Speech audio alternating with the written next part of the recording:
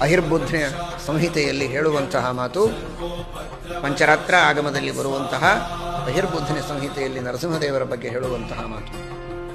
ಯನ್ನಾಮಸ್ಮರಣಾದೇವ ಭೂತವೇತಾಲ ರಾಕ್ಷಸಾಃ ರೋಗಾದ್ಯಾಶ್ಚ ಪ್ರಣಶ್ಯಂತಿ ಭೀಷಣಂ ತಂ ನಮಾಮ್ಯಹಂ. ಸಾಕ್ಷಾತ್ ರುದ್ರದೇವರು ಈ ಮಾತನ್ನು ಉಪದೇಶ ಮಾಡುತ್ತಾರೆ. ಶ್ರೀ ಶಂಕರ ಉವಾಚ ಯನ್ನಾಮಸ್ಮರಣಾದೇವ ಭೂತವೇತಾಲ ರಾಕ್ಷಸ. ಎಲ್ಲ ವಿಧವಾದ ಭೂತಪ್ರೇತ ಪಿಶಾಚಾದಿಗಳ ಬಾಧೆಗಳೂ ಕೂಡ ನರಸಿಂಹದೇವರ ನಾಮಸ್ಮರಣದಿಂದ ದೂರವಾಗ್ತವೆ. ರೋಗಾದ್ಯಾಶ್ಚ ಪ್ರಣಶ್ಯಂತಿ ಭೀಷಣಂ ತಂ ನಮಾಮ್ಯಹಂ. ರೋಗಾದಿಗಳು ಕೂಡ ದೂರ ಹೋಗ್ತವೆ ಆ ಭಗವಂತನ ನಾಮಸ್ಮರಣದಿಂದ.